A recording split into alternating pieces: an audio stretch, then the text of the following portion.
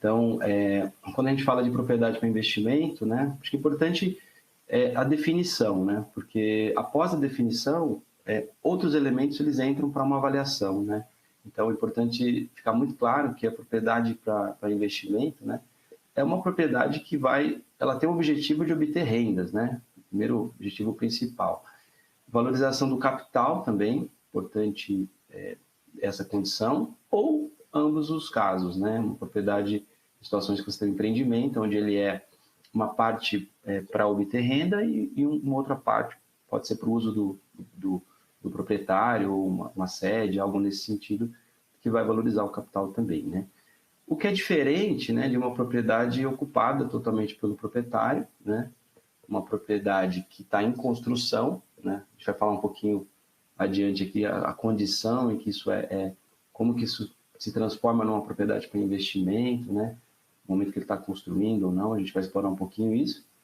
E uma propriedade que ela está mantida para o uso, na verdade, para o curso normal dos negócios, que está disponível ali para ser negociada a qualquer momento, né? Então, aqui também tem uma certa particularidade que existe aí toda uma árvore de decisão, né, que a gente vai passar aqui também nessa apresentação, mas é importante diferenciar, né, porque tudo começa aqui, né, na diferenciação entre o que é uma propriedade e o que não é, né, e aí a partir daí tem toda essa discussão técnica, né, principalmente, que vai impactar as demonstrações financeiras, né. Dito isso, já linkando aqui para o que é uma propriedade, né, alguns exemplos do que é uma propriedade. Então, a gente está falando aqui de terrenos, né, que podem ser propriedade para investimento, edifícios, né, talvez seja aqui mais comum, né, salas comerciais, né, um empreendimento todo, né, alguns empreendimentos, né.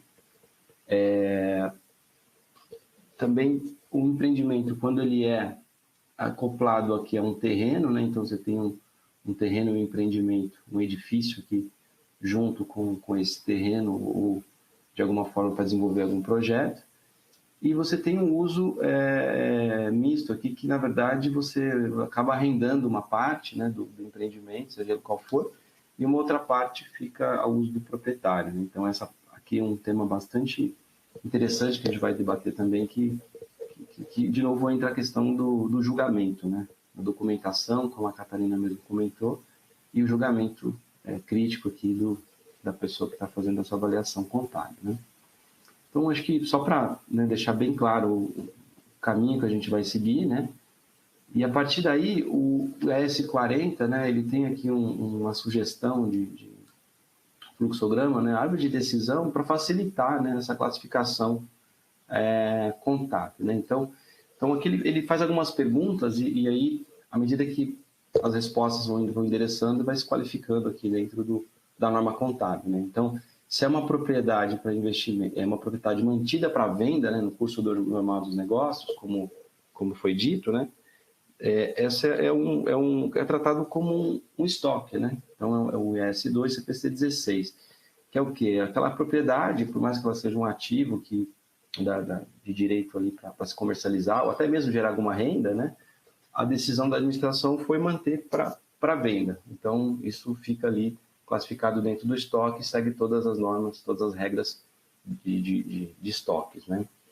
Se for agora uma propriedade ocupada pelo proprietário, né, ou seja, uma sede ou um empreendimento que é de uso da companhia, do grupo, né, isso é classificado como ativo imobilizado, né, o CPC 27, o CMS 16, né, para FRS.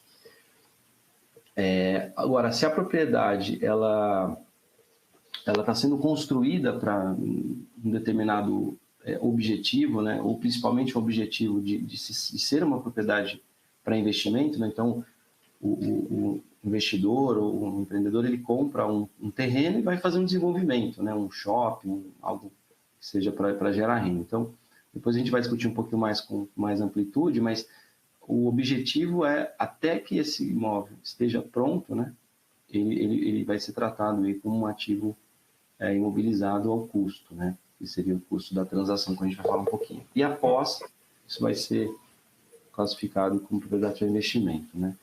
Kieran, você quer fazer um comentário? Isso. O primeiro que eu acho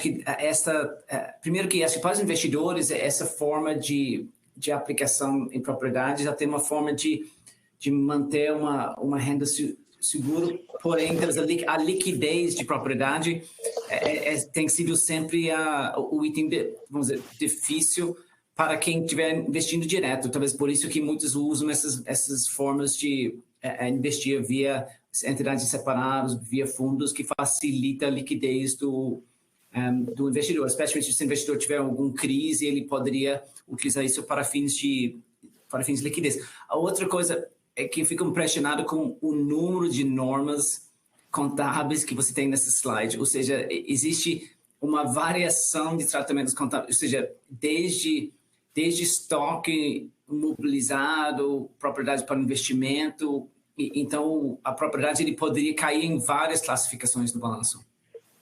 Exatamente. Tem até uma outra aqui que a gente não discutiu, que é quando o ativo está disponível para venda, né? Que é uma outra frente, né? A gente não discutiu aqui no detalhe, mas também entra, né?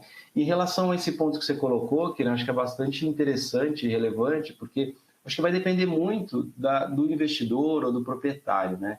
Porque a gente vê muito aqui, né, proprietários que têm um negócio pequeno, né, ou um grupo pequeno que ele não quer assumir esse risco perante o mercado, ou ele tá contente com aquela rentabilidade, então ele faz uma propriedade mais assim dentro daquele contexto dele e aqueles contratos que ele fecha, né? Agora, quando você tem um fundo, aí de fato é aquilo que você falou, né? Ele vai escalar o negócio e vai ter uma rentabilidade muitas vezes até maior, né? Com um grau de segurança de longo prazo, né? Algo que você, né? Eventualmente, se uma propriedade não está gerando renda, ele pode, de certa forma, tirar do portfólio ou colocar uma outra. Então, ele consegue administrar bem o ativo, né? Para que ele tenha uma boa gestão ao longo da sua vida, né? Então, acho que é sempre bom colocar isso, que o investidor ele está se mexendo, ele está se movimentando e aqui estamos falando de alguns contratos muito mais específicos, mas outros surgirão também. A gente vai falar um pouquinho depois, aqui foi citado aqui também sobre aluguel com opções, esse tema é bastante interessante e complexo no julgamento, mas quando a gente fala de julgamento, a gente complementa essa questão que vai ser bastante interessante, né? Então, aqui é o fluxograma de decisão, né? Cabe julgamento, totalmente julgamento e documentação, que a gente vai explorar um pouquinho mais adiante, tá? Um caso interessante aqui de propriedades ocupadas pelo proprietário, né?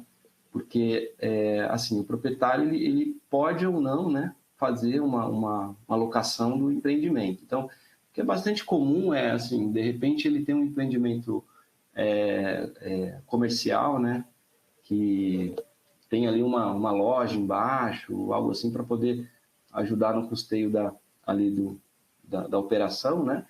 Então, ele acaba alugando uma parte ou alguns imóveis. Então, isso também tem que tomar bastante cuidado, né? Porque ele precisa ser mensurável, né? Ele precisa ser mensurável e também precisa ser avaliado de uma forma que, se ele fosse vender aquele ativo para um terceiro, ele pudesse ser segregado dentro desse empreendimento, né?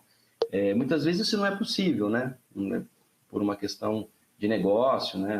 Enfim, então cabe-se também essa questão da análise de significância, né? O que seria essa análise de significância? De fato, como o próprio nome diz, né? Qual que é a parte relevante dentro desse empreendimento, né? Como exemplo que eu dei aqui agora, ele tem uma loja que representa, sei lá, 5% de todo o empreendimento e todo o resto é administrativo, né? Então, nesse caso, ele tem que fazer essa avaliação e a conclusão, obviamente, será que ele tem aqui um ativo imobilizado, né, de uso da administração, né, e não para oferir renda, por mais que ela esteja oferindo renda, né, nesse empreendimento, né. E também pode ser o contrário, né. Importante só ressaltar que o terreno, por mais que ele seja um ativo ali acoplado, ele tem que seguir essa definição, né? Não pode ter um tratamento específico, até porque já no empreendimento pronto, impossível fazer uma venda de um ativo separado, né? A não ser que ele tenha toda a desconstrução, né? Que é muito pouco provável. Então, esse modelo é bastante interessante nas discussões que pelo menos eu tenho aqui enfrentado com os nossos parceiros e clientes, né? Um outro dado interessante é quando a gente fala de serviços de apoio aos ocupantes, né? Muitas vezes aqui você tem, né, exemplos aqui, o shopping center, você tem ali toda uma propriedade para investimento e se você oferece ali um serviço de manutenção, segurança, né? Então, é importante fazer essa avaliação, também de novo aqui a gente falando de julgamento, né? Julgamento crítico, documentação, qual que é a decisão da administração em relação a essas questões, justamente porque a partir do momento que tem essa definição, ela tem que seguir essa política contábil. Então, aqui o que a Carol está querendo dizer é assim, independente se ele tem um pedaço pequeno que é insignificante, né, ele poderia ser significante, que é o caso aqui do item 2, dos ativos tangíveis, né? Então, é importante fazer essa avaliação para que o julgamento seja feito da forma correta, né? Então, o exemplo 2 aqui no caso, está falando de um hotel, onde o serviço de hóspede, né, do aluguel do quarto, eles são significativos. Né? Então, o tratamento contábil ele não segue aí a regra de uma propriedade para investimento. Então, pode parecer algo assim, relativamente fácil, né, mas quando se debruça nos contratos, nas avaliações, principalmente na documentação, né? Principalmente na documentação. Muitas vezes o administrador ele tem uma intenção, mas não está muito bem documentada, né? Então isso dificulta muito a interpretação e o julgamento que foi tomado aqui para esse fim, né? Não sei se tem alguma pergunta, não, vamos seguir, né? Tá. Aliás, e aqui, só fiquei pensando aqui, no último slide você estava discutindo o caso clássico de um hotel que fica alugando quartos, mas você tem esses contratos agora onde você compra, sei lá, você compra o uso de um quarto por 30 dias no rede de hotéis ao redor do mundo. Então, tem várias formas de sharing de apartamentos que fica mais complexo por prazos mais longos, ou seja, o mercado de imobiliário ele já está bem mais sofisticado. Aqui nós estamos discutindo os conceitos básicos. Exatamente, Kira. Isso aqui é só para a gente ter aí uma base, né, para todo o andamento, né, assim, discussões, o debate que a gente vai ter aqui. Mas, de fato, o mercado está se mexendo, né? Então, o que é normal, né? O investidor ou o empreendedor, ele não vai ficar esperando e seguindo os modelos usuais se ele pode ganhar um pouco mais ou subir um pouco mais de risco. Então, ele vai ser bastante criativo, né? Então, por isso que, de novo, eu reforço aqui a questão do julgamento, né? Da avaliação da documentação, parte legal, né? E também o julgamento. De fato, você tem toda a razão, Kira.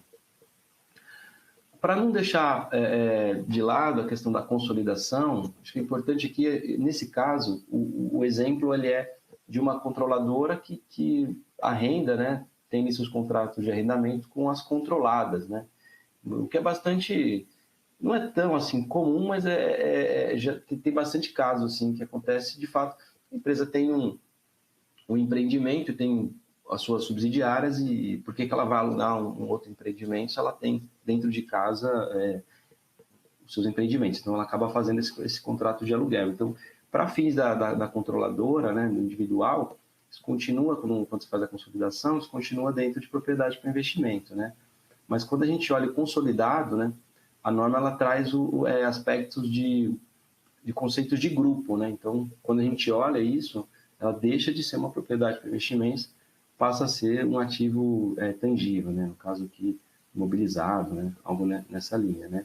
E obviamente, a receita, né, que é oferida e a despesa que está sendo contabilizada embaixo, ela passa por processo de consolidação e é eliminada. Então, só fica aqui essa observação, né, para que no momento de consolidar, isso seja feito com esse cuidado, né, que requer a norma, né, o CPC 28, tá? A gente trouxe aqui só para deixar isso mais claro, né, para o preparador da demonstração financeira. Quando reconhecer, né, uma propriedade para investimento, né? Ela segue o mesmo conceito de um ativo, né? Quando é provável, né, que a empresa ela tenha benefícios econômicos, né, daquela propriedade, né? Então, se o ativo ele não gera essa expectativa, ele não se qualifica, né? Independente se é uma propriedade para investimento ou não, né? E a partir daí, o custo, né, precisa ser mensurado de forma confiável, né? Então, essa é uma definição padrão, né, de ativos e é aplicável, né, para a propriedade para investimento, que não deixa de ser um ativo também da companhia, né? Isso, aliás, eu não podia desistir de comentar nessa foto. Quem alugou esse prédio fez muito bem. Parece que tem. Estava olhando, é impressionante. Parece que tem todos os quartos sendo ocupados, todas as salas foram alugadas. Então, tem alguém que está lá com ocupação de 100%, que é difícil no mercado. A vacância está zero aqui, Kira, e o que vai ajudar bastante na hora de fazer, né, a avaliação do fluxo de caixa, né? Para aquelas entidades que fazem a valor justo, né? E vai ser mais fácil estruturar aqui, desenhar aqui o plano, né, de recuperabilidade aqui, enfim. Mas é bem interessante aqui. Eu te confesso que eu não tinha observado isso, Kira. Talvez tenha uma sala ali, uma ou duas ali que não tem, tá? Mas eu não consigo ver aqui em cima ali, ó. Mas enfim. 98% também já é uma boa ocupação, né? Isso mesmo. Legal. Bom, a avaliação inicial, né? Ela passa pelo custo, né? Ela tem que ser mensurada, avaliada ao custo, no primeiro momento, e depois tem uma avaliação subsequente que a gente vai comentar. Então, na formação desse custo, envolve custo da aquisição, que é o preço pago, né? Todo o dispêndio necessário que são atribuíveis, né, e qualificáveis para se construir um ativo, né? Então, aqui a gente está falando de, eventualmente, alguma consultoria, algo que seja necessário, né? Desembaraço de documentação aqui legal, os impostos, né? Todos esses custos que são realmente necessários, né? Se não fossem eles, não seria possível tornar-se uma aquisição efetiva, né? E, obviamente, o custo de construção, que ele estaria dentro da formação desse custo inicial ou do momento que ele compra um terreno e começa a fazer essa construção. Aqui tem um dado interessante, né, que a norma ela trata de dois aspectos, né? O primeiro fala da questão da capitalização dos juros, né? Então, similar à construção de um ativo, no momento que você está construindo esse ativo e se você tem esses custos e são qualificáveis, né? É possível fazer essa capitalização, né? No momento que o ativo está concluído e disponível para o uso, aí não, né? Não é possível. E também a norma cita de um outro aspecto que fala que se você comprar um ativo e financiar, ou seja, o ativo está pronto e você vai fazer um financiamento, esse gasto, né, essa despesa financeira não pode ser capitalizada porque o ativo já está pronto, né? Você não usou aquele financiamento para a construção. Então, são pontos assim, importantes para que na hora de fazer avaliação e contabilização, né, isso seja bem discutido e documentado, né? Dispêndios subsequentes, ou seja, aquela propriedade ela está pronta, está em operação e em um dado momento precisa trocar algum equipamento ou fazer algum tipo de ajuste ali no projeto, né? Então, a depender desse gasto, né, desse dispêndio, ele pode ou não se qualificar como um ativo, né? Então, de novo, vai seguir a premissa do ativo, né? O que seria isso? É provável que ele vai gerar benefícios econômicos adicionais, né? Porque aqueles eles já vão gerar até o final. Então, se o gasto ele não gera um benefício econômico adicional, ele não faz sentido para aquele empreendimento. Então, ele não vai gerar novos fluxos de caixa, né? Então, aqui tem alguns exemplos, né? A questão de andares adicionais, né? Sistema de vigilância, ou seja, algo que vai trazer, de fato, um benefício econômico adicional, né? E, por outro lado, muitas vezes tem manutenções que precisam ser feitas, né? Troca de maçaneta, por exemplo, né? Algum outro reparo que tem que ser feito que não é tão relevante, e esse não vai, de fato, gerar benefício econômico, ele só vai manter o ativo, né? Para que ele tenha o seu fim ali, o seu objetivo atingido, né? Quando a gente fala de avaliação subsequente da propriedade para o investimento, nós vamos entrar aqui na questão do após, né? Você fez o registro pelo custo, que é o que a norma requer, mas no momento que você vai contabilizar isso e no seu fechamento contábil ali, principalmente, você tem que refletir e primeiro tomar uma decisão, né? Por isso que passa pelo julgamento, né?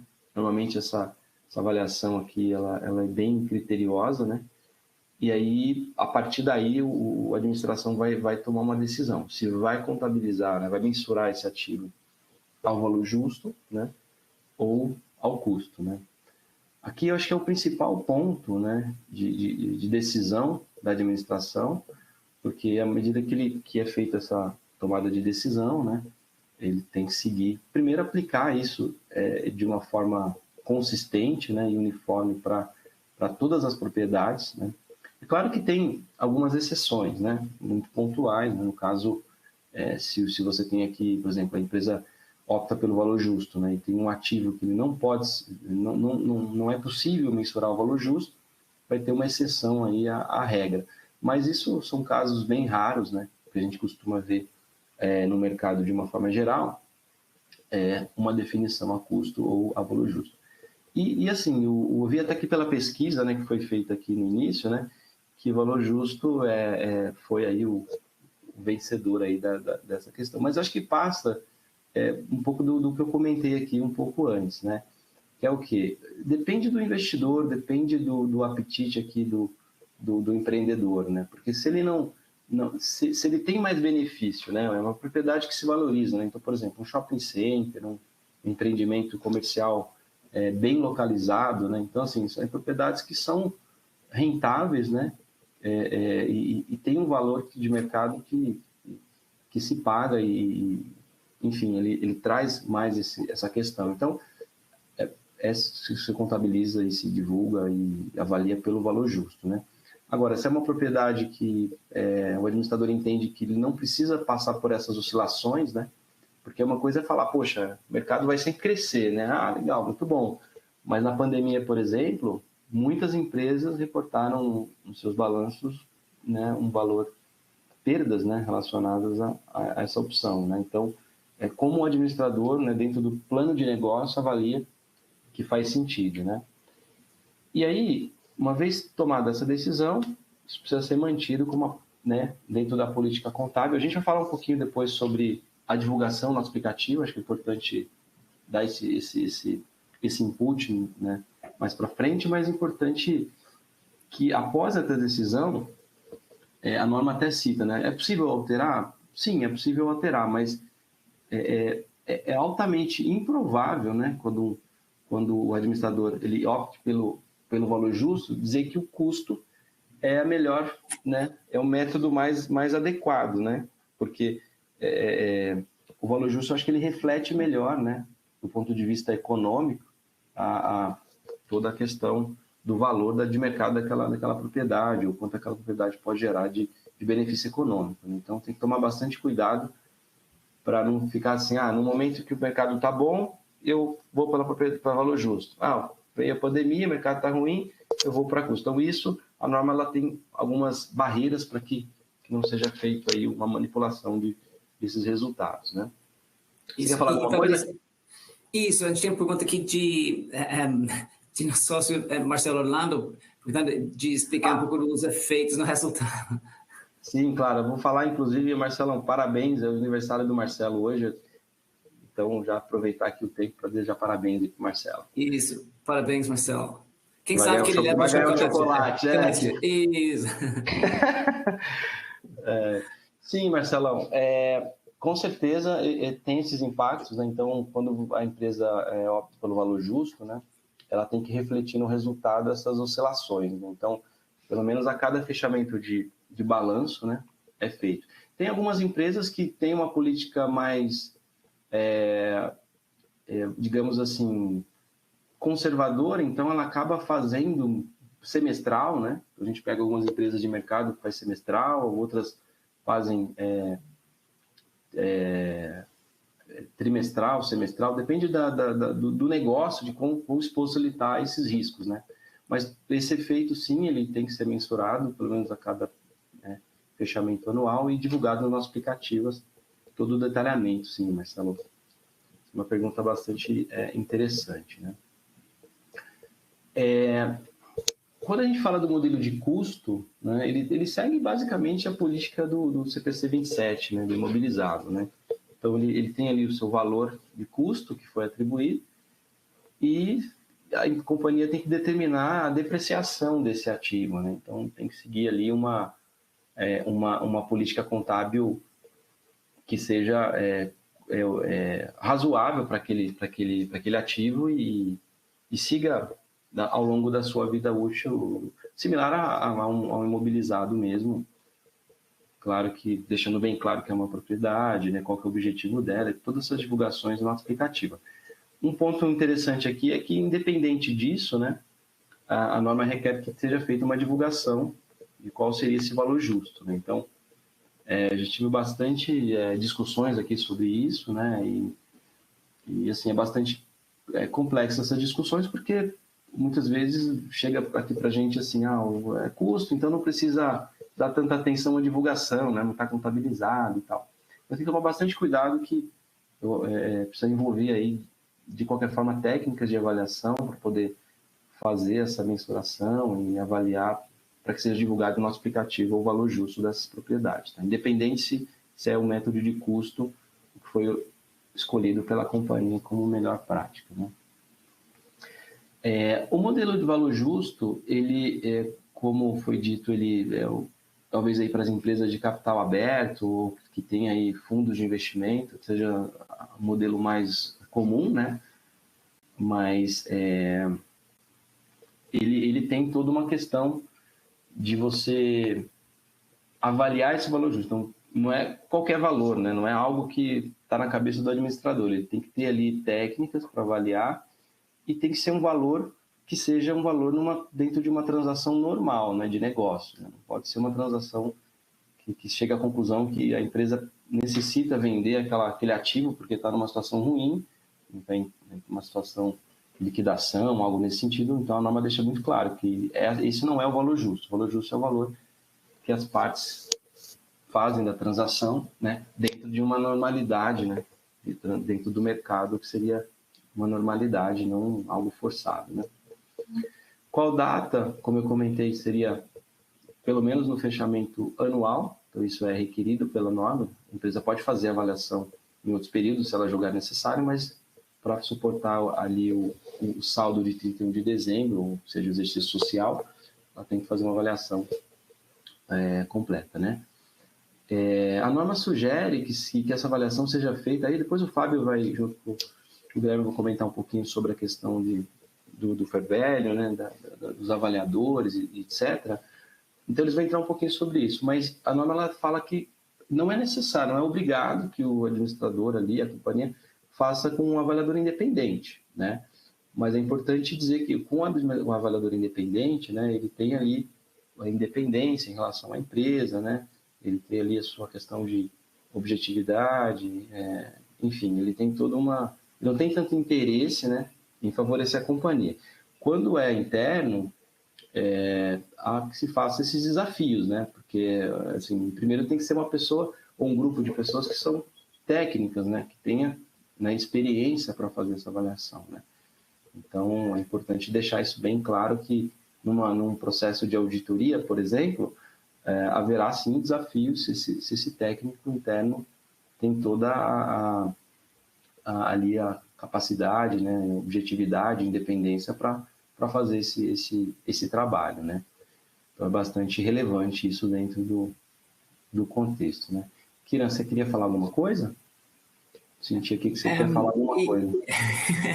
Isso, eu achei interessante que ou seja, ainda que a empresa escolha o custo histórico, ainda assim ela vai ter todo o trabalho de fazer a valorização completa do prédio, divulgar tudo isso nos nossos aplicativos, ou seja,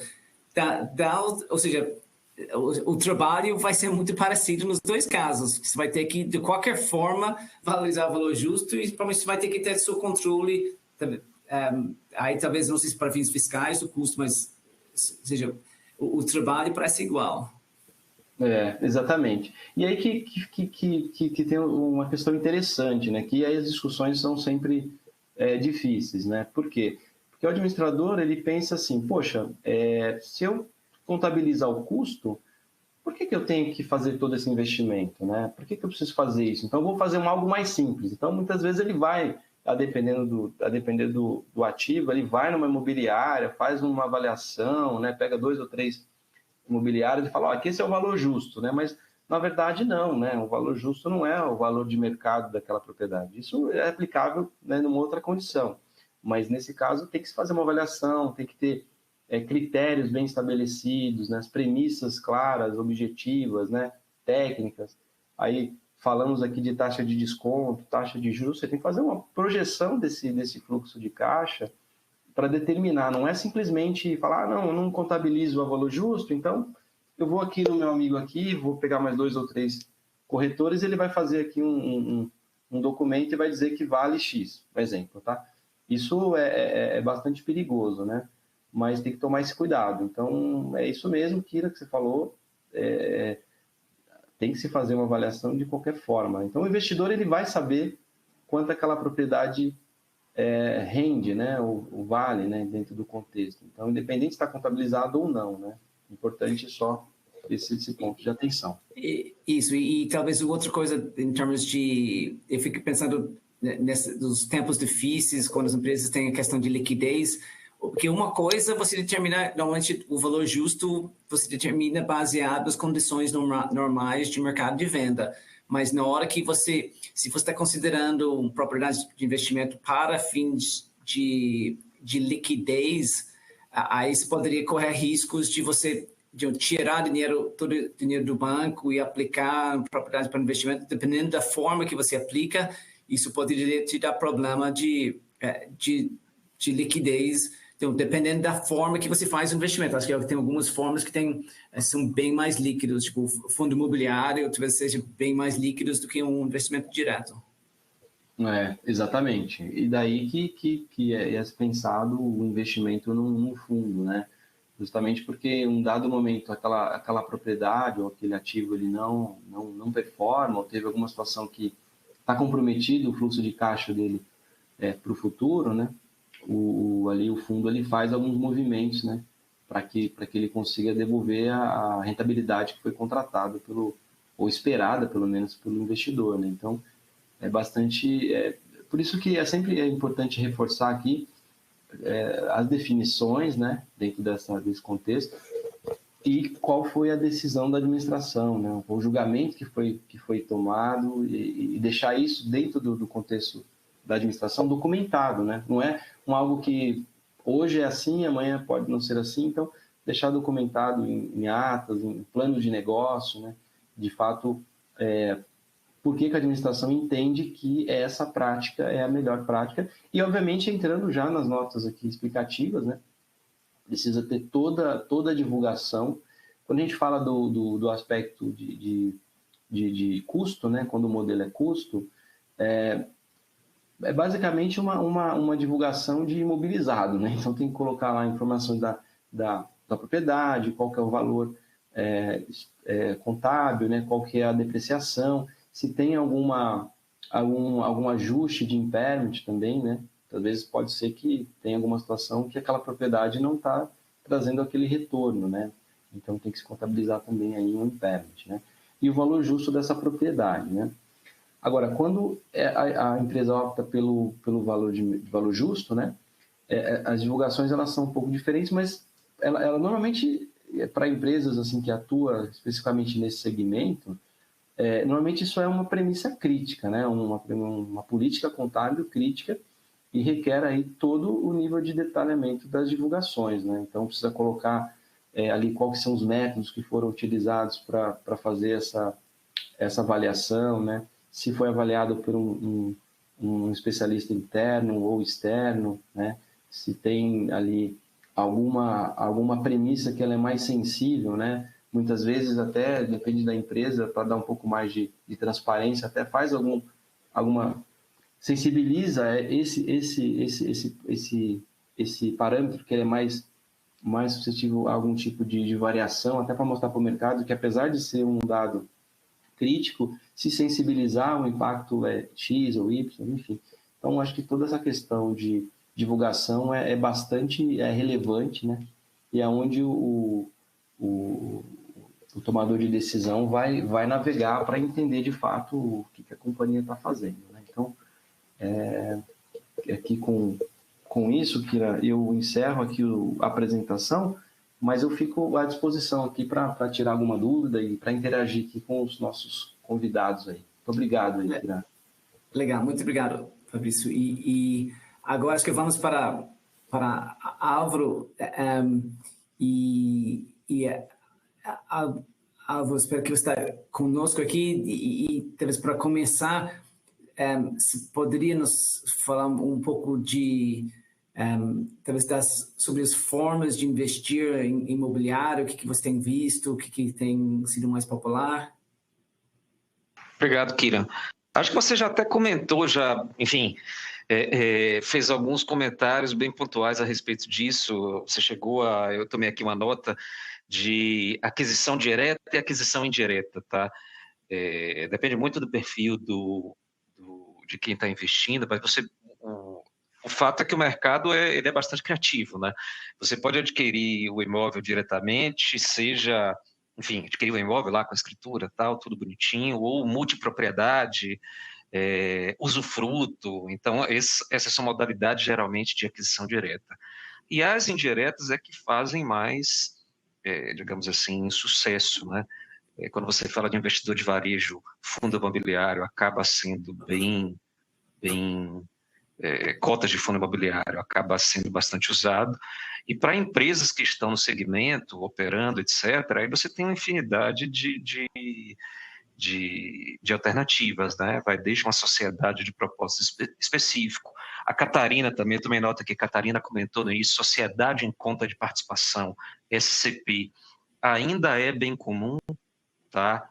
Onde um sócio que é o participante, ele aporta dinheiro no empreendimento e o sócio ostensivo, ele entra com o terreno, etc., e toca o empreendimento, tá? Em nome próprio.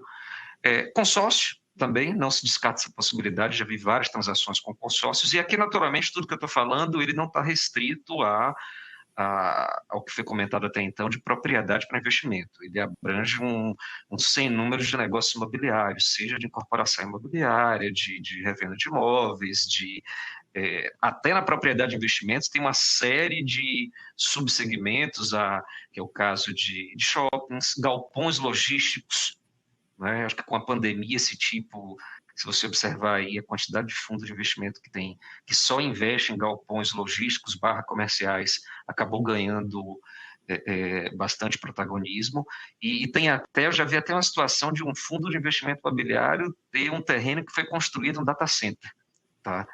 Então, o mercado tem sido bastante criativo para esse tipo de atividade, da atividade imobiliária, seja ela propriedade para investimento ou incorporação imobiliária.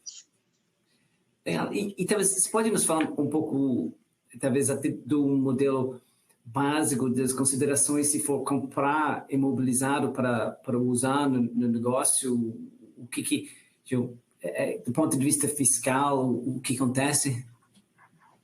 Tá. Acho que é importante primeiro segregar quando se trata de propriedade para investimento, tá? Segregar se a mensuração contábil vai ser a custo ou a mercado. Eu vi até aqui nas perguntas aí, não sei se foi o Marcelo Orlando que comentou que tem visto mais um histórico de custo, né? Então, se a propriedade para investimento ela é mensurada a custo, ela vai ser depreciada como qualquer outro item, tá? Então, vai ter a depreciação e o custo fiscal ele vai estar bastante alinhado com o custo contábil, exceto se, para fins contábeis, houver uma definição de vida útil que seja diferente da regra fiscal. Tá? Então, nesse caso, sempre vai existir um descompasso. Agora, se a propriedade para investimento ela é mensurada a mercado, não, a valor justo, nesse caso não existe depreciação, existe um registro de valor justo no resultado, você tem uma implicação contábil de natureza tributária, que é o registro do IR diferido passivo, é algo que no dia a dia a gente percebe que bastante gente acaba não dando muita atenção a esse aspecto, mas o IR diferido passivo, em relação ao ganho de valor justo, tende a ter um impacto expressivo nas demonstrações contábeis.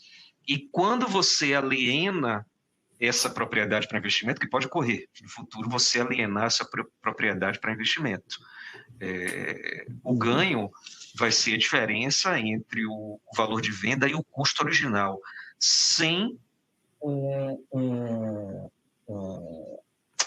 valor justo. E além também de ter algumas questões aqui interessantes, o Fabrício Abad trouxe, que é a questão existem particularidades aqui de juros que são capitalizados. Tá? Isso para situações em que a propriedade para investimento é mensurada a custo. Os juros no período da construção, existe uma discussão, para fins tributários, o contribuinte ele pode ter a opção de lançar tudo no resultado naquele momento, ou ir junto com a contabilidade e ativar aquilo. Então, isso é capturado depois como despesa dedutível quando ele for depreciado. Então, ele vai depender muito do mecanismo, da política de mensuração da propriedade para investimento. Nossa, pelas primeiras duas respostas, acho que você já estou enxergando a criatividade que o pessoal tem em termos das formas de investir, também das opções que tem do ponto de vista de fiscal, de como tratar essas propriedades. Mas vamos lá, tem muitas empresas incorporadoras que usam uma empresa separada para cada obra e caso positivo, por que será para fins fiscais? Que tem algum benefício em ter uma entidade separada para cada obra?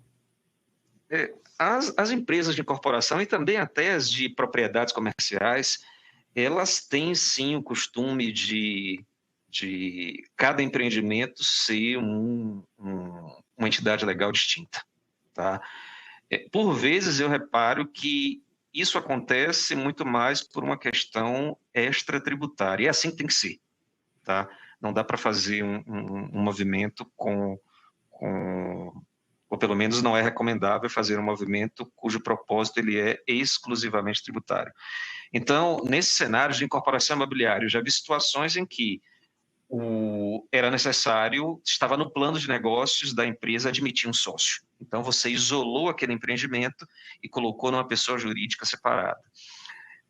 Também existe uma situação, se você tem evidências, eu me recordo também tem linhas de financiamento de incorporação imobiliária que é chamada financiamento à produção. Se a administração consegue comprovar que o financiamento à produção ele tem um custo financeiro mais competitivo do que uma dívida corporativa, acaba que você tem um argumento também adicional para reforçar essa segregação do empreendimento numa única pessoa jurídica. E por que a tributação aqui, a preocupação de natureza tributária?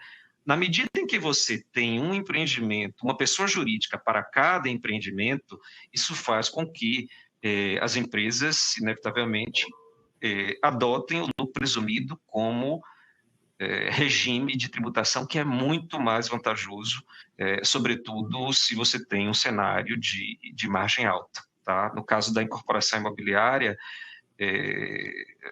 a margem, a alíquota efetiva do imposto de renda é 3,08% em cima do faturamento.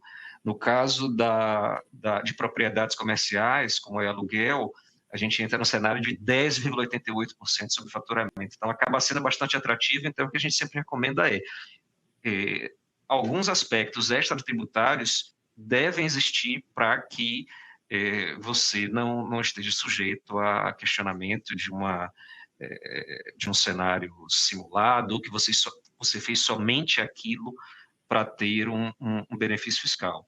E para concluir essa provocação, Kiran, tem também um detalhe que em alguns negócios de incorporação imobiliária, essa abertura desenfreada de CNPJs, quando você não tem outro sócio, tem a figura do patrimônio de afetação imobiliária. Isso só vale para o incorporador imobiliário, não vale para quem tem propriedades comerciais. No regime especial de tributação, como todo mundo comenta aí, o RET, tá, do patrimônio de afetação imobiliária, a alíquota efetiva sobre faturamento, incluindo imposto de renda, contribuição social, PIS e COFINS, é de 4%. Tá?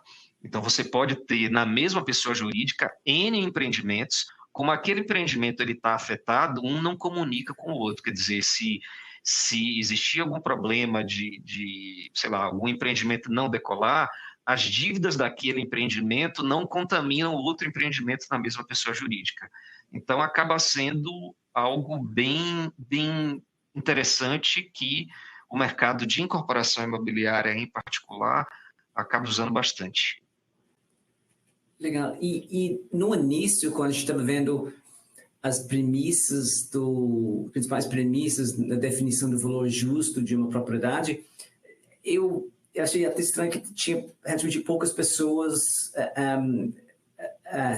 indicando os efeitos fiscais. E os efeitos fiscais são importantes na valorização de uma propriedade. Pode nos explicar um pouco sobre isso? Sim, os efeitos fiscais são importantes porque o que acontece? Para fins societários, você acaba tendo a seguinte situação para fins societários.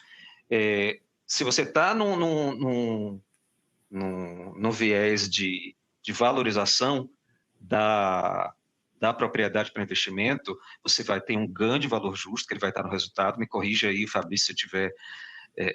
se de fato esse não for o tratamento contábil adequado, mas você tem, a princípio, um ganho no resultado. Isso faz com que a empresa, se ela tiver caixa disponível, ela consiga, inclusive, distribuir dividendo para o acionista. Não há nenhuma restrição nesse aspecto, mas há também de se considerar que, sobre esse ganho de valor justo, você tem um IR diferido passivo, que equivale a 34% do ganho de valor justo. E geralmente é um tema que é esquecido, seja porque a tributação nessa situação, ela só vai ocorrer lá na frente quando e se a empresa alienar aquela propriedade para investimento. Mas isso não significa dizer que você não tenha que registrar na contabilidade o IR diferido passivo. Então, é até um aspecto muito mais de natureza contábil do que tributária, mas que tem um impacto expressivo e que acaba, de algum modo, aquele ganho ele é erodido em 34%, porque você tem um impacto contábil, ainda que naquele momento a administração não tenha a intenção de alienar aquela propriedade para investimento. Então, esse é um aspecto que acaba gerando bastante controvérsia, em alguns casos indignação, porque um IR diferido passivo que não necessariamente vai se materializar no curto prazo. Ô, Álvaro, você foi assim, cirúrgico, né, no comentário, né? E assim, quando está indo tudo bem, né, o ganho ele é favorável, obviamente, aos acionistas, é perfeito. Eu acho que o grande ponto aqui é se o cenário ele vai para uma outra direção, né? Exemplo, agora aí na pandemia, né? Se lidar com esse prejuízo, né, essa perda no seu resultado, incomoda bastante, né? Porque fala assim, poxa, o tempo todo gerou lucro, né? Teve ganho. Agora, eu não quero, os administradores ficam assim, poxa, mas assim, vamos tentar avaliar num contexto mais de longo prazo, né? Mas a norma ela é muito clara, né? Ela não dá essa possibilidade justamente para não ter esse tipo de manipulação, né? No futuro, a propriedade ela se paga, ela tem o valor justo dela ali, o valor contábil, e no final ele vai se realizar naquele valor até um pouco mais. Mas em dados momentos ele pode vir para baixo, né? E aí que entra essa discussão. Então, é para o bem e para o mal, né? Então, isso que é importante, definir bem a política, deixar isso bem divulgado e daí seguir todos os trâmites tributários que são requeridos, né? Isso. E deixando claro aqui também, acho que alguém, acho que foi o João Santos aqui, mandou uma mensagem, você tem razão, João. Todos os comentários que estão sendo feitos aqui de política contábil, da mensuração contábil, ser a custo ou a mercado, ele vale para a pessoa jurídica. Se a gente fala de fundo de investimento, ele tem uma outra conotação, o contexto é outro, são instruções da CVM, deliberações da CVM que regulam o tema, e não raro essa mensuração se dá valor justo quando há um fundo de investimento imobiliário, tá?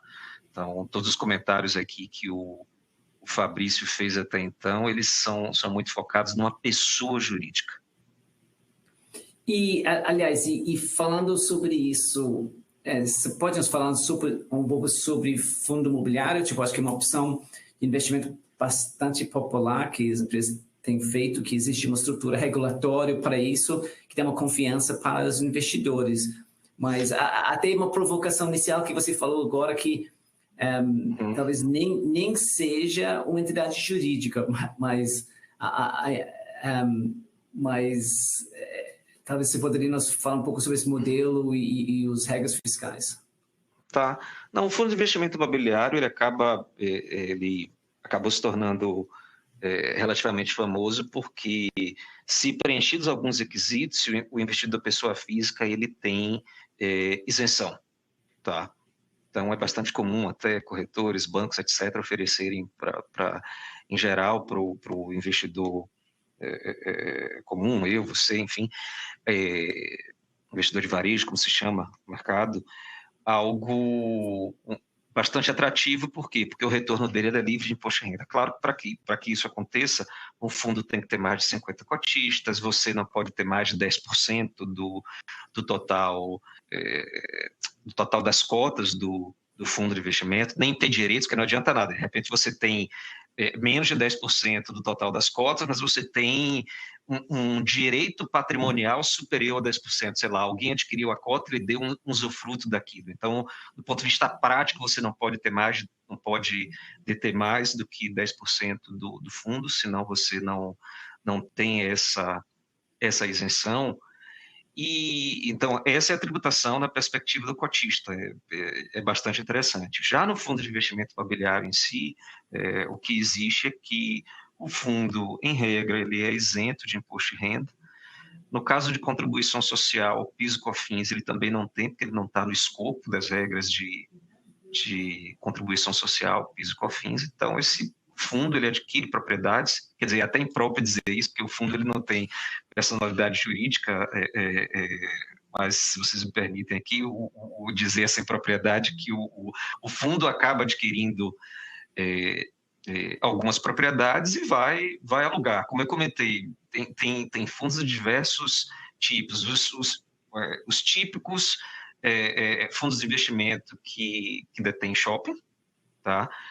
Outros que detêm propriedades comerciais, lajes comerciais, todos esses prédios aqui, a gente que está aqui na Faria Lima, essa infinidade de prédios, muitos deles são detidos por fundos de investimento, outros detêm galpões logísticos e ou comerciais, e como eu já comentei, alguns até estão ensaiando ter áreas a serem alugadas para data centers, tá, de determinadas empresas.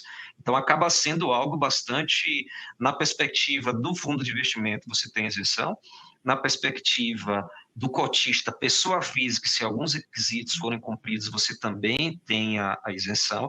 Agora, a lei também acaba restringindo, você não pode, existe uma discussão, e essa é uma legislação antiga, de 90, do início da década de 90, dizendo que você não pode ter você não pode ser sócio de um empreendimento imobiliário, tá? E, ao mesmo tempo, ter o fundo de investimento.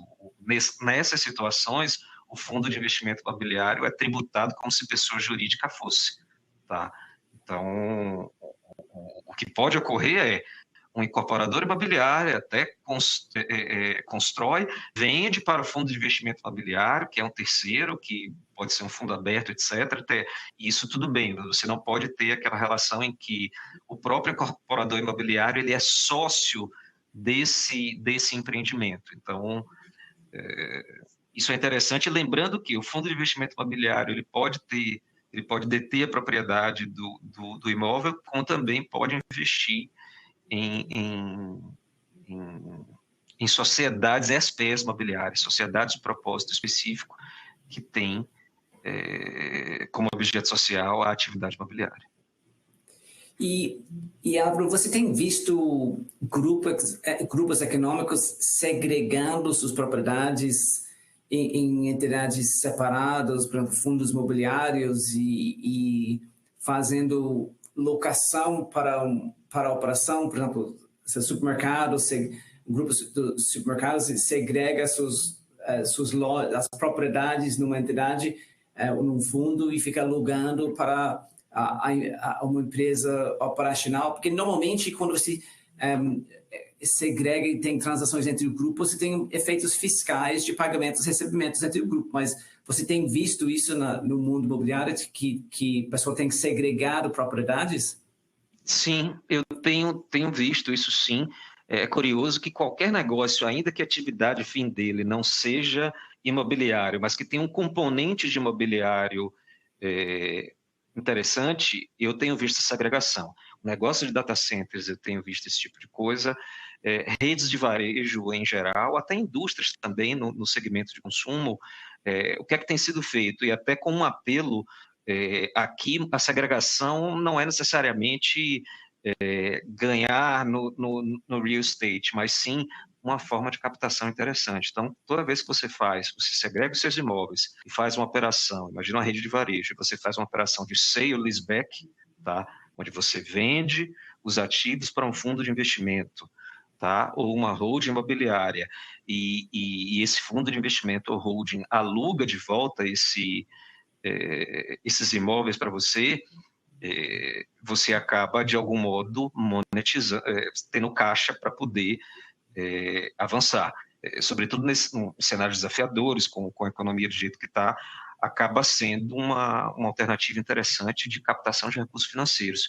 E eu diria até que isso funciona. Ontem a gente estava numa discussão da nossa indústria de consumo, e uma das discussões que veio à tona foi exatamente essa. Não sei se o Bilharinho está aqui nos ouvindo, e a Luciana Medeiros, mas uma das discussões foi exatamente nesse sentido.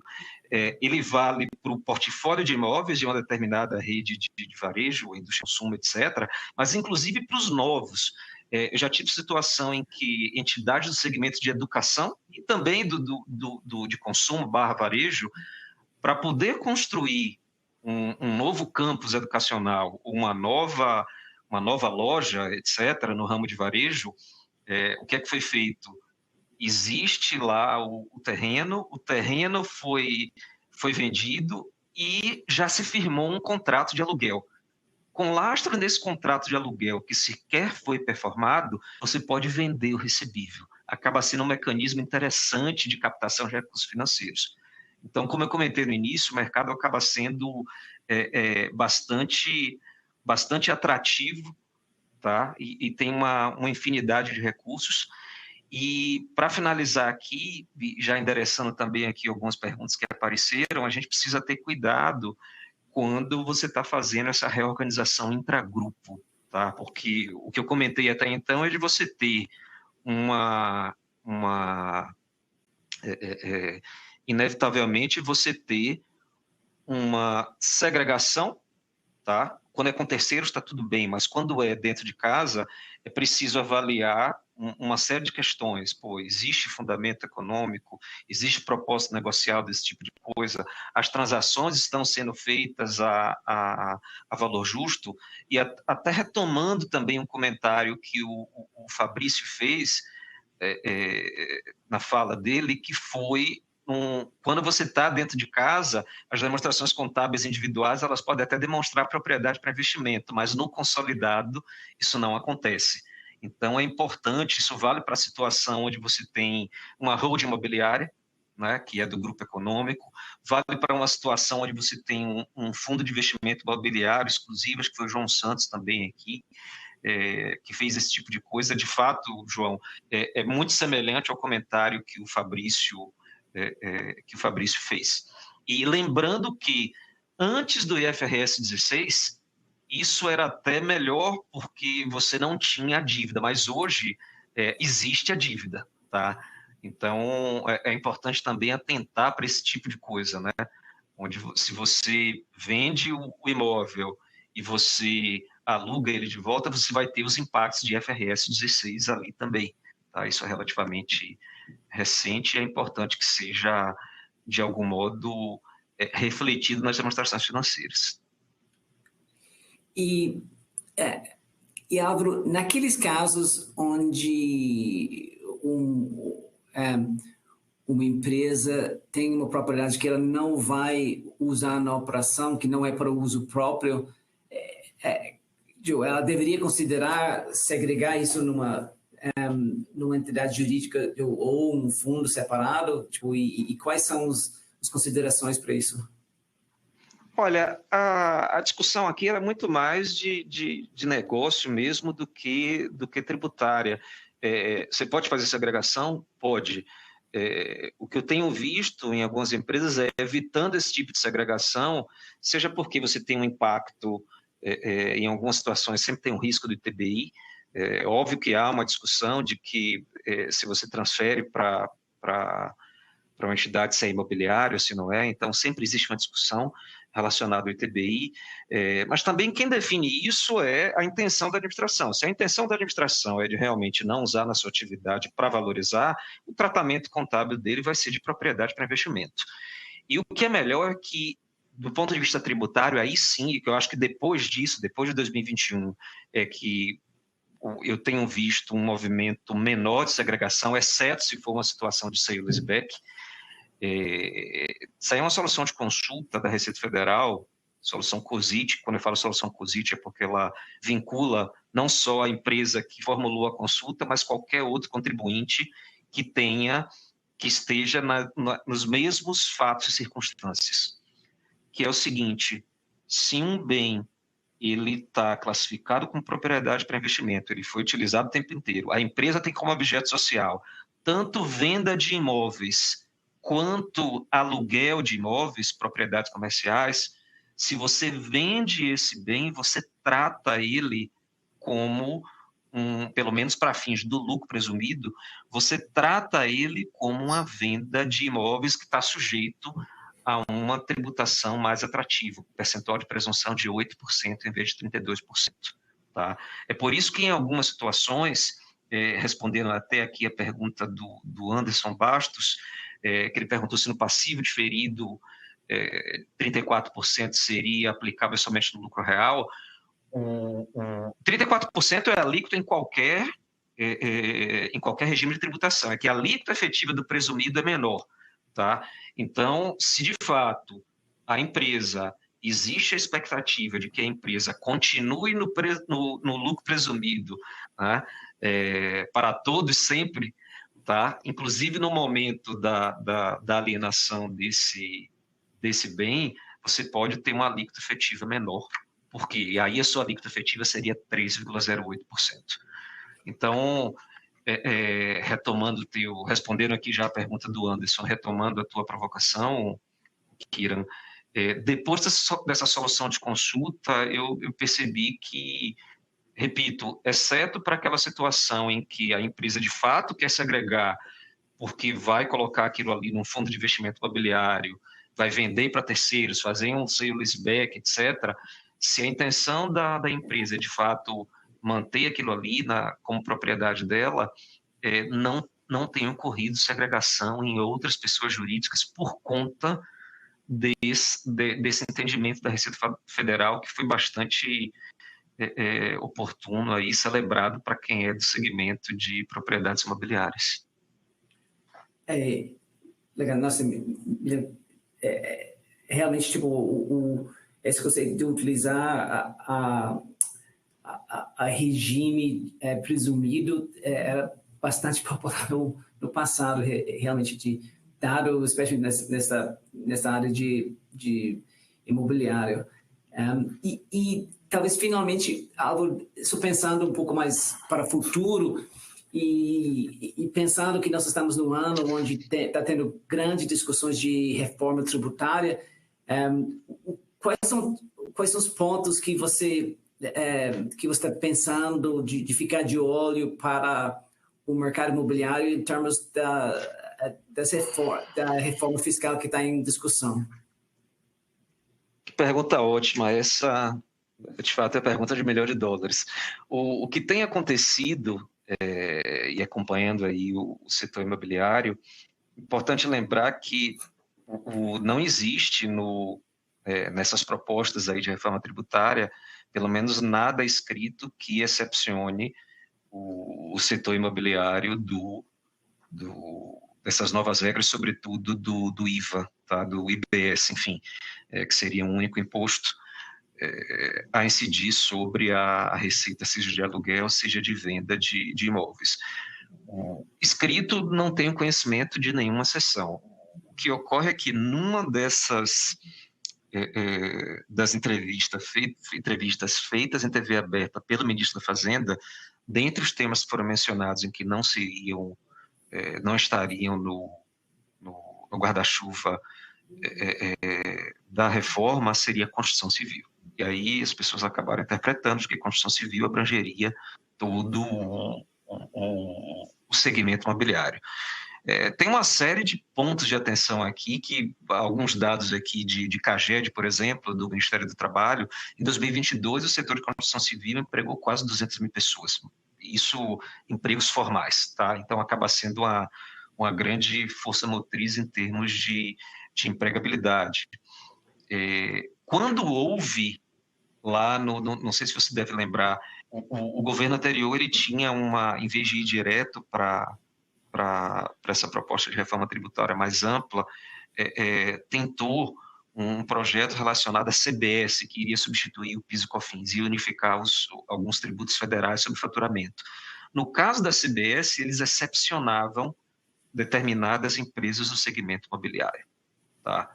Só que esse projeto ele tá parado e, pelo que se vê, o governo atual está tomando outro rumo, indo direto para uma proposta de reforma tributária que seja mais, digamos assim, com caráter mais permanente.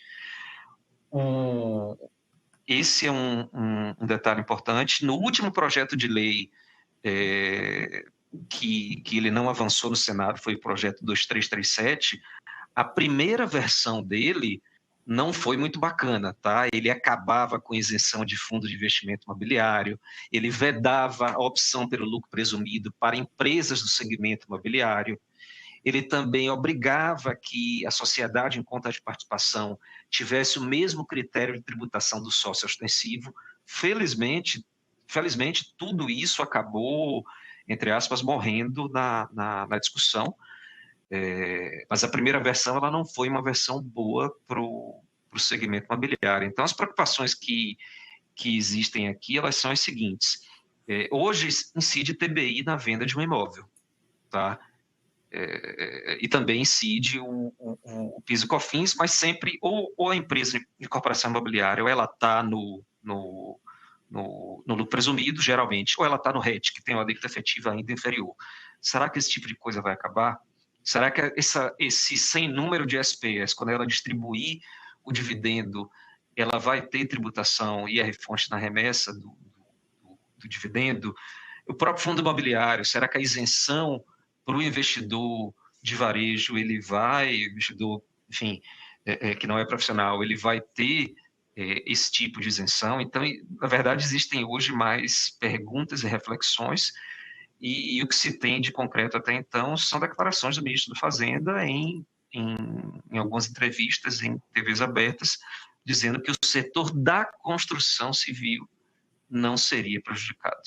Então, esse é o cenário, mas é fato. Eu acredito que pelo fato desse setor ter gerado em 2022 quase 200 mil empregos, ele acaba tendo um holofote interessante. Há até, concluindo aqui minha fala, há até quem entenda que deva ser adotado um modelo de imposto sobre valor agregado semelhante ao que tem na Europa, no Reino Unido, por exemplo, que já não é mais União Europeia.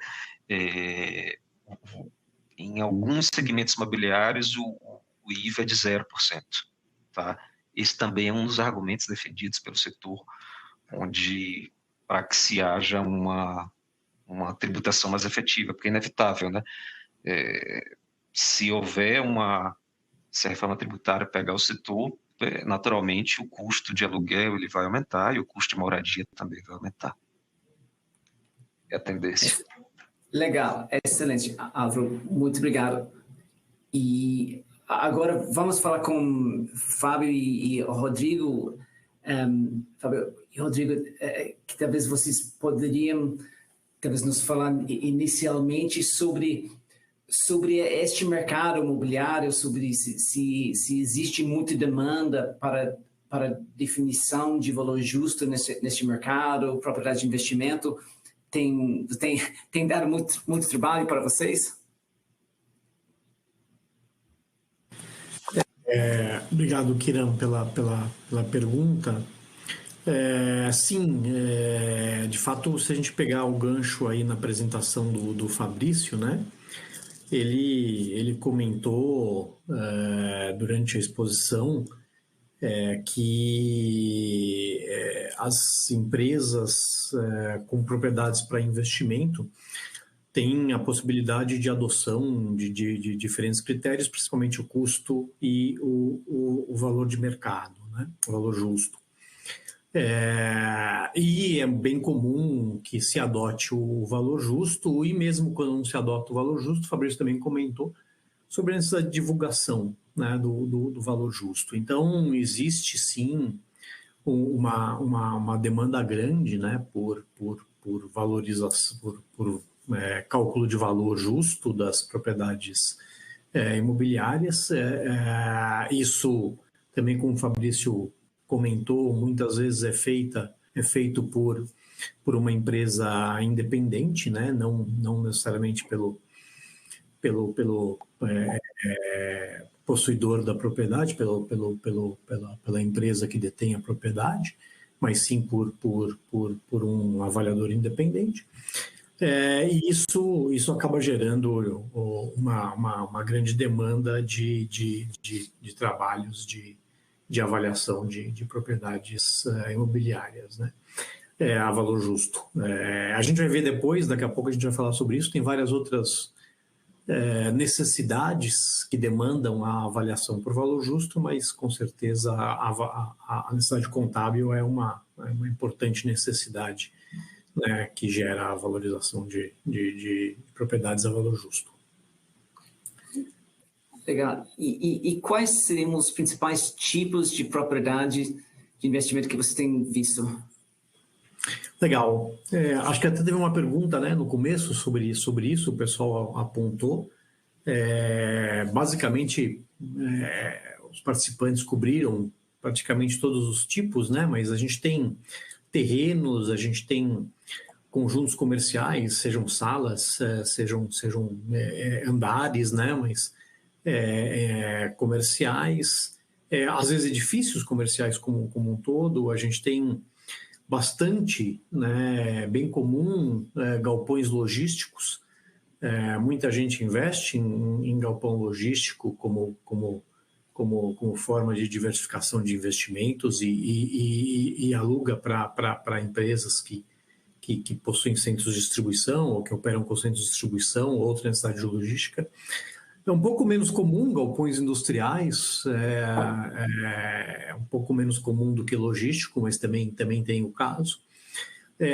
A gente falou, acho que foi, lá nas perguntas também se falou, alguém falou aí de shopping centers, também pode ser o caso. Residenciais, né, apartamentos, flats, também existem fundos imobiliários que possuem investimentos em apartamentos e flats. Hotéis, né, é bem comum também a gente ver investimentos imobiliários em hotéis. E aí também na parte comercial, eu esqueci de comentar, mas às vezes lojas também, né? A gente falou de conjuntos comerciais, mas muitas vezes tem lojas também. Ou seja, tem uma série aí, tudo que você pensar em relação a edificações e terrenos, teria um ângulo de propriedade para investimento e necessidade de avaliação ao valor justo. Legal. E considerando que existe bastante tipos diferentes de propriedades, quais seriam as formas mais comuns utilizados para valorizar essas propriedades. Vou passar aqui para o Guilherme, para o Rodrigo, né, me ajudar aqui na resposta. O Rodrigo, se puder complementar aí. Claro, Fábio, obrigado, Kylian, pela pergunta. Existem algumas metodologias, né, consagradas para a valorização desses bens, todas elas previstas, inclusive, em uma norma técnica, a NBR 14653, que ela basicamente visa a fundamentação do trabalho, né? Então, basicamente, a preferida em questões de norma é o método comparativo, nem sempre pode ser utilizado, mas o método comparativo, quando você tem um mercado ativo que você consegue colher amostras que são similares ou efetivamente comparáveis àquele bem que está sendo avaliado, você consegue trabalhar em cima dessas amostras, ponderando alguns fatores, tais como localização, área, tipologia do imóvel, para você determinar o valor efetivo, o valor justo daquele bem, né? Também uma outra metodologia... Só te cortar um pouquinho, Rodrigo, só te cortar um pouquinho, acho que é importante isso que você falou, né? Da comparabilidade dos imóveis, né? Muitas vezes, mesmo em imóveis que têm uma razoável proximidade física, a gente tem diferenças relevantes, né, em termos de valor de metro quadrado, pela vizinhança próxima, né? Às vezes um shopping center, às vezes um metrô, são itens que podem gerar uma valorização do imóvel, né? As saídas, né, de fluxo viário, né, igualmente. Então, Guilherme, acho que até vale a pena comentar rapidamente também sobre isso, né? Ou seja, como se leva em consideração nessa avaliação essas diferenças essas nuances aí, né? De localização dos imóveis em comparação uns com os outros. Perfeito, Fábio, bom ponto. Isso, basicamente, sempre o trabalho ele é iniciado por meio de uma vistoria, tanto no imóvel que está sendo avaliado e também, preferencialmente, nas amostras que estão sendo utilizadas para fazer essa comparação e determinar o valor, né? Então, alguns itens, mesmo dentro de uma mesma região, você precisa ver questões de melhorias, por exemplo, questões de transporte, questão, como o Fábio comentou, de shoppings, alguns equipamentos que existem ali na região que possam diferenciar um imóvel de outro. E aí a ferramenta que é utilizada, a gente chama internamente de homogeneização, ou seja, a gente tenta trabalhar por fatores em cima dos unitários de cada imóvel que foi pesquisado, ponderando ele a maior ou a menor em comparação ao imóvel que está sendo avaliado. Então, basicamente um efeito comparativo, né? Então, em cima, poxa, esse aqui tem uma área um pouco maior, um pouco menor, isso é melhor para aquela região e na questão de liquidez, isso é pior. Ele é um imóvel, por exemplo, um pouco mais moderno do que é um pouco mais antigo, ele está um pouco mais defasado, isso pode impactar no valor unitário. Então, todas essas nuances são ali avaliadas para se chegar, ao final, num valor justo para o imóvel avaliando, né, como a gente chama, né? E até dando continuidade na questão de metodologia, existem algumas outras, por exemplo, quando a gente trabalha com um edifício comercial ou até um galpão logístico em um mercado ativo, o método da renda pode ser utilizado, porque existe efetivamente um mercado ativo de aluguel de renda para aquele imóvel, e aí esse número pode ser utilizado projetando e também descontando a uma taxa de desconto usual para o mercado imobiliário ali da região. Ele é um método também utilizado que, em conjugação com o método comparativo de mercado, a gente consegue determinar e chegar num valor justo ali para o imóvel, né? E existem outras particularidades que a gente acaba utilizando, que um deles é o método evolutivo. Então, até voltando no exemplo de um galpão logístico, caso ele esteja numa região um pouquinho mais afastada, sem um mercado ainda ativo ou em desenvolvimento, a gente busca fazer esse evolutivo, que seria a soma do terreno mais a construção. O terreno vai para o comparativo direto de mercados, porque a gente vai ter, como é um mercado em desenvolvimento, a gente vai ter comparáveis de terreno para se determinar o valor do terreno avaliando. E a construção civil, ela é feita por meio da quantificação do custo. Nada mais é que a reprodução de um orçamento, como se fosse um orçamento de obra, para se determinar o valor unitário daquela edificação. Caso ela já tenha uma idade transcorrida, a gente aplica algumas curvas de depreciação para se chegar no valor em uso dessa edificação, e somando essa edificação com o valor do terreno, a gente tem o valor ali do imóvel. Esse é um método evolutivo. E para finalizar, existe também o involutivo. O involutivo, ele é um método que prevê um empreendimento hipotético para ver o melhor uso e ocupação na avaliação daquele terreno. Então, por exemplo, eu tenho ali um estacionamento numa região de hospitais. Então, eu posso ali pensar em desenvolver um prédio comercial para consultórios.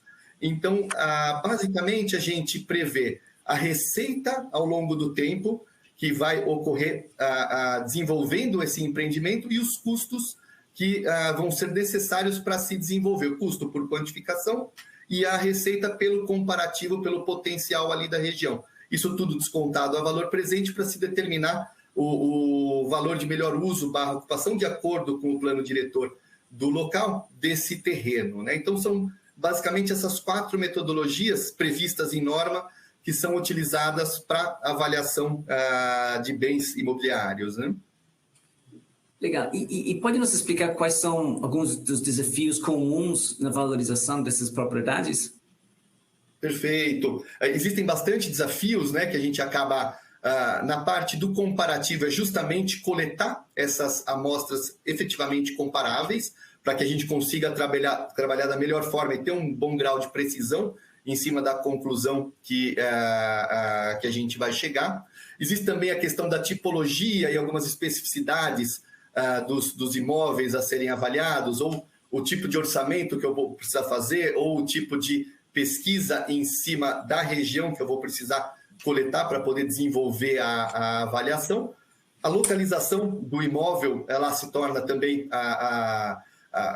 um desafio na questão de, poxa, às vezes eu tenho um imóvel comparável numa região que é um pouco diferente, então eu tenho que fazer uma espécie de transposição do imóvel, ou seja, aquele que é comparável, o que aconteceria com ele no caso de trazer ele para a região do avaliando.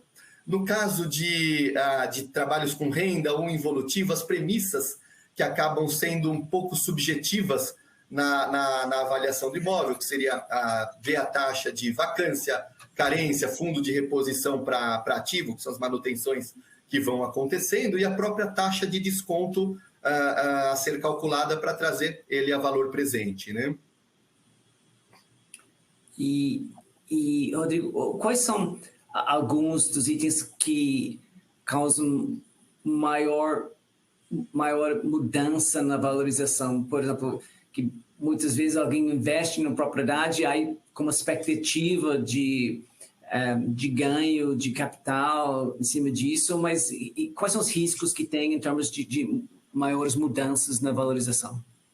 A valorização. Essa maior mudança, a gente muito foca na parte localização, tanto que ele é o primeiro item que a gente acaba sempre verificando ao se avaliar um bem desse tipo, né? A localização dele e o estudo desse mercado em que ele está inserido, e também de comparáveis em outras regiões para entender como que funciona a valorização ao longo do tempo daquele bem. E claro, né, a situação do mercado imobiliário local, ela diz muito em cima disso também, e a parte do estado de conservação / padrão construtivo do imóvel, ou seja, a maneira pela qual ele foi construído para a finalidade de uso dele. Então, são algumas vertentes que a gente acaba tomando cuidado para fazer esse estudo de mercado e conseguir converger para aquele imóvel em questão. E a gente viu na pandemia que teve muito renegociação de contratos de aluguel, e esse tipo a renegociação, os termos de renegociação são importantes na valorização? Eu vou passar a palavra para o Fábio agora. Isso, deixa eu pegar essa aqui, né? Sim, Kiran, obviamente, né, como se falou lá nas questões preliminares, lá no início do Webex, e depois como o Rodrigo falou agora há pouco, um dos métodos de avaliação é o método da renda, né, também conhecido como fluxo de caixa. E para esse método é importante trabalhar com receitas, custos e despesas, né? Quando a gente olha para a receita, claro que a gente está olhando para o valor do aluguel. Claro, a pandemia foi um evento super atípico, né? Onde houve uma mudança muito abrupta, né, e radical no mercado imobiliário como um todo. Não é comum a gente ver oscilações tão grandes assim, ainda que crises e mercados em bonanza aí possam gerar também alterações, mas certamente a pandemia foi atípica, né?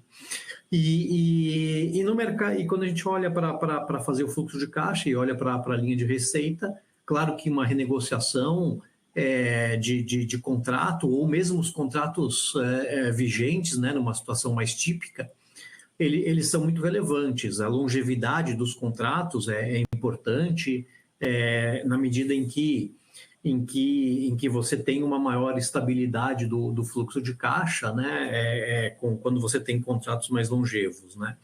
Então, normalmente a avaliação, né, a parte da receita, pelo menos, se utiliza os contratos atuais, né, e depois, quando eles finalizam, passa a se utilizar uma expectativa de mercado, né, de aluguel naquela região, mas obviamente que durante o período em que o contrato é válido, se utiliza o contrato corrente,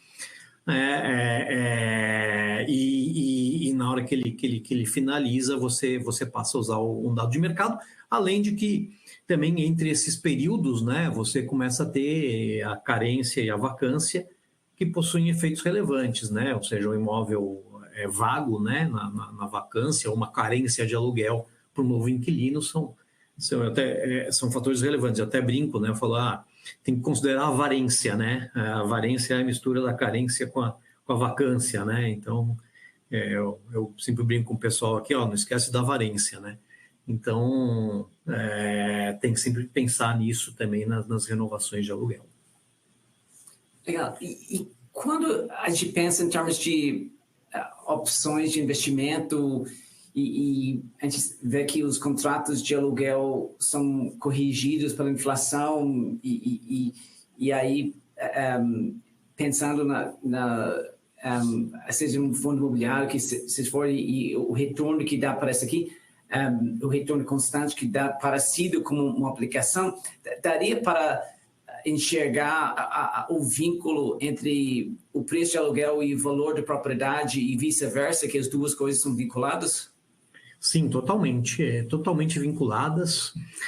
Obviamente que um imóvel mais valorizado vai gerar um aluguel maior, com certeza, e isso se retroalimenta, né? Meio ovo e a galinha, porque também o imóvel, um aluguel mais caro vai acabar gerando um imóvel mais valorizado também. Então, a relação o encarne aí em relação a valor de aluguel e valor de imóvel, com certeza.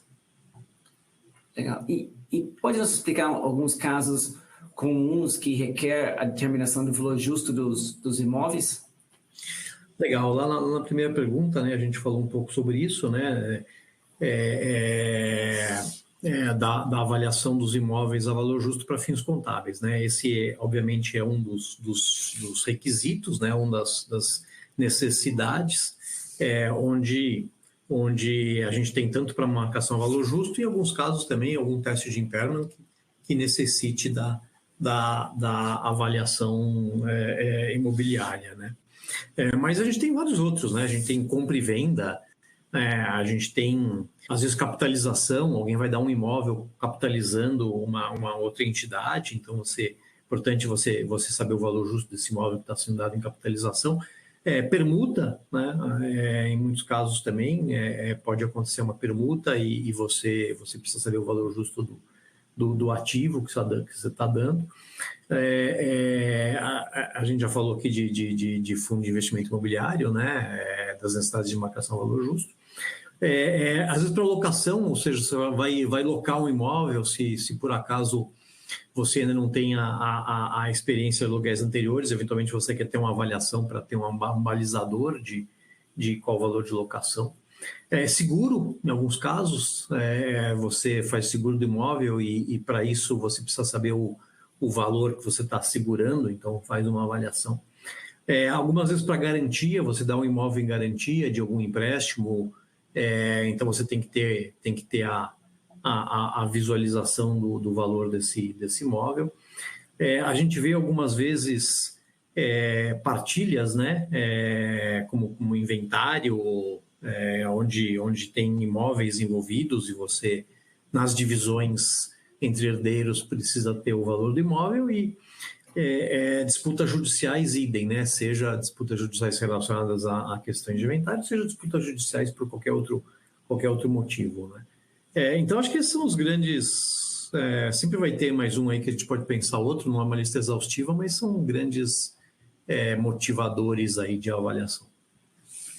Legal. E finalmente, tem alguma dica para alguém que tem esse requerimento de valorizar imóveis pela primeira vez? Passo aí para o Guilherme aí de volta a bola para o Rodrigo. Legal, Fábio. Sim, existem algumas dicas, né? Como mencionado, ter o domínio da norma técnica para avaliação de bens, repetindo, a NBR 14653, especificamente partes 1 a 4, que são específicas para imóveis, né? Existem também uma série de estudos técnicos do IBAP, que é o Instituto Brasileiro de Avaliações e Perícias de Engenharia, e ali tem uma série de publicações também, dicas e procedimentos para a realização de avaliação. Muito importante também analisar trabalhos de outras empresas, laudos públicos, para ver como eles são formatados, o que está ali efetivamente fundamentado e que dá toda a base de valor para uma avaliação, e também a conversa, né, com outros players de mercado, corretores de imóveis locais ao imóvel que está sendo ali avaliado, empresas de real estate, colegas de profissão, para uma troca de experiências em cima de todo esse procedimento de se montar uma avaliação de bem, né? E por fim, né, Fábio, a gente costuma brincar também, né, a dica principal, contratar o avaliador, né, a gente para vender um pouquinho o peixe, né? Excelente, muito obrigado. Acho que já estamos chegando no final de nosso tempo aqui. Aí talvez vou abrir para nossos panelistas. Alguém tem algum comentário final?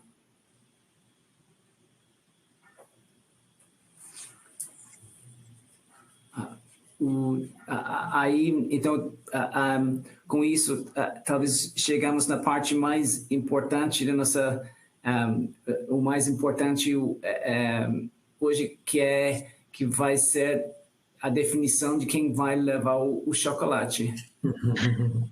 Olá, Kyrian, bom dia a todos e todas. Eu agradeço pela participação em nosso evento. Hoje o vencedor do nosso prêmio do chocolate foi o Marcelo Orlando de São Paulo. Eu peço que, por gentileza, aguarde um contato nosso.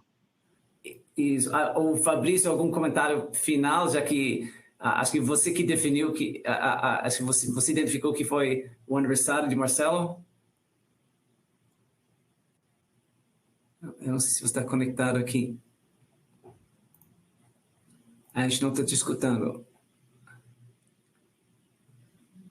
Fabrício, acho que talvez tenha um problema de conexão. Mas, então, muito obrigado para todos que já chegamos no final de nosso tempo aqui. Parabéns para Marcelo. E aí, acho que com isso, a gente agradece a participação de todos e nosso webcast já chegou no final, exceto para aquelas pessoas que querem registrar o treinamento para fins de pontuação CRC.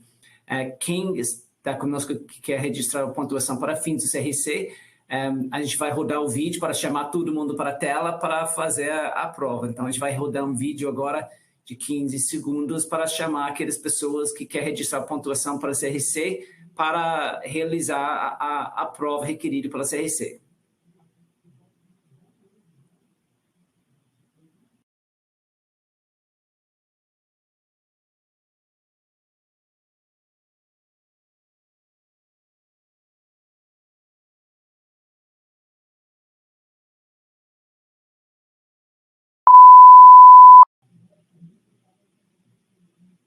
Legal. Então, agora, esta parte final é para aquelas pessoas que querem registrar o treinamento para fins do CRC. Aí vai começar a aparecer nas suas telas as perguntas. Você precisa... vai aparecer 4 perguntas, você precisa acertar 3 das 4 perguntas. Se você não conseguir pela primeira vez, não se preocupa, porque você vai ter uma outra chance para acertar. Agora deveria estar chegando na tela de vocês a primeira pergunta. Uma empresa está usando o fluxo de caixa descontado para determinar qual o valor de propriedade de investimento, ou seja, está usando o fluxo de caixa descontado para determinar qual valor da propriedade. Com isso, aí talvez passando alguns itens aproveitando por alguns avisos. Na semana que vem, vamos falar sobre o CFO digital, uso estratégico de função de finanças digitais. Vamos falar sobre a importância da digitalização como prioridade estratégica, como que pode ser usada, como se a função muda de uma função de compliance para uma função estratégica. E a gente vai ter conosco o Carlos Pedral, que é especialista na área do digital, na parte fiscal. E ele vai nos falar tanto da parte dos requerimentos fiscais e também novas demandas que estão vindo em termos regulatórios fiscais e por que a importância de ter um sistema, uma automatização para atender as demandas dessa área. Com isso, gostaria de agradecer a todos os comentários que nós recebemos e aqui, estou colocando aqui os comentários que a gente recebeu aqui. Nós temos aqui de Marcos Galasso, Marcelo Orlando, Anderson Lopes Bastos, Isaías Vasconcelos, João Manuel dos Santos, Fabiana Pereira, Clóvis Pereira, Paulo Furtado, Paulo Aracaki, Marcelo Lopes Filho, também temos Flávio Freitas, José de Paiva Vieira Filho, Reinaldo Martinelli, o Reinaldo, vamos ver você, e todos os outros que mandaram comentários e perguntas. A gente agradece os comentários, e aí pode ser que talvez a gente não conseguiu responder todas as suas dúvidas, mas você pode entrar diretamente em contato com os panelistas de hoje. Aqui nessas slides você tem os e-mails de todos os panelistas, onde você pode entrar em contato diretamente com eles. Aí vamos ver como que estamos nos... aí acho que já foi... Então, já foram rodadas 4 perguntas pela primeira vez.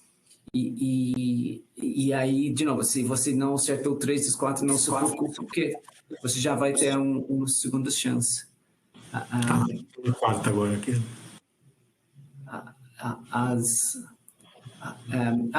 Acho que, Fábio, você tem seu áudio aberto. Você poderia fechar aquele dedo? Obrigado.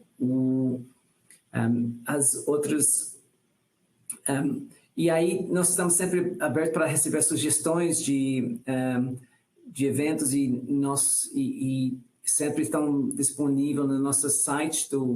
Ali, se você quiser aproveitar, já pode entrar no nosso site do Novas Perspectivas, e que está aqui, já se registrar para o webcast da semana que vem. É só digitar PwC Brasil Novas Perspectivas e você vem automaticamente para o nosso site, onde já poderia se inscrever para a semana que vem.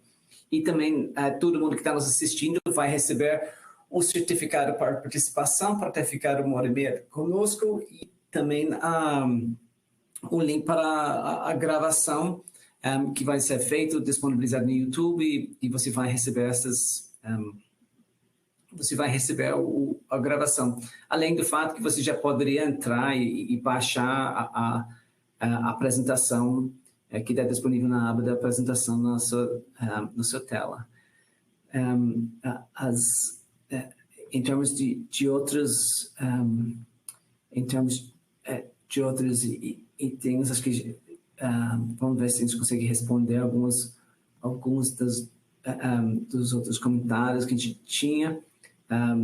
Nós temos de Marcelo Filho, o comentário de impacto na incorporação no valor de imóvel.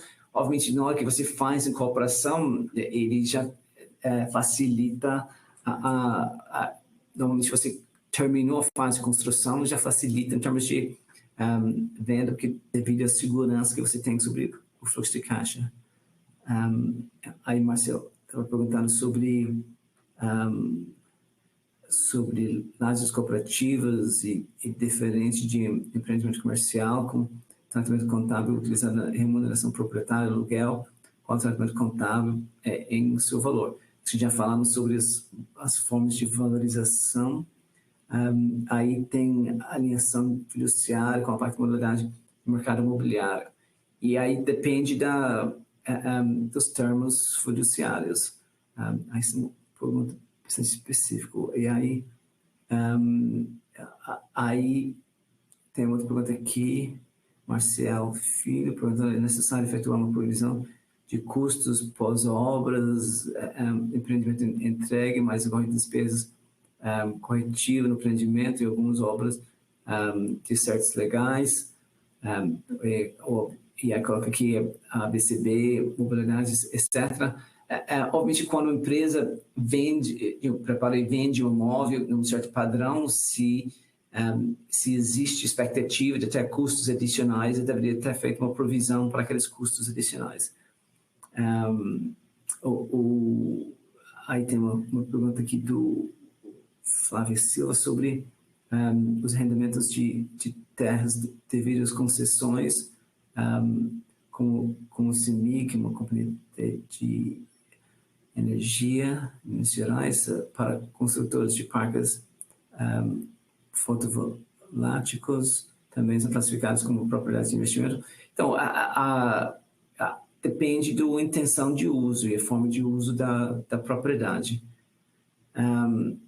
Aí tem um aqui de Lucas Fontenelle perguntando para falar um pouco sobre a propriedade para investimento mensurado valor justo e sua depreciação. Obviamente, o valor justo você determina normalmente na data do balanço, e entre uma data do balanço e o outro, normalmente você tem a depreciação.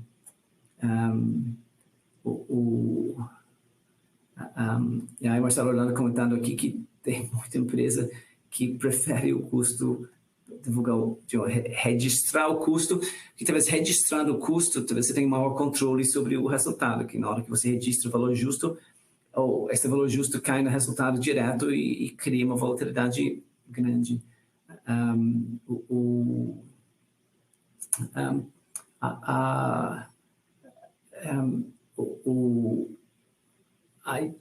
Eu acho que já chegamos no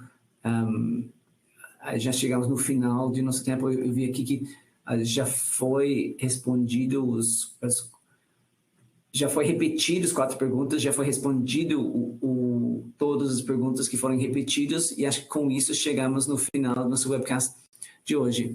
Agradeço a todas as participações, aos panelistas e os participantes, todos e todas, e muito obrigado para todos, e até semana que vem, às 9 horas, para falar sobre CFO digital.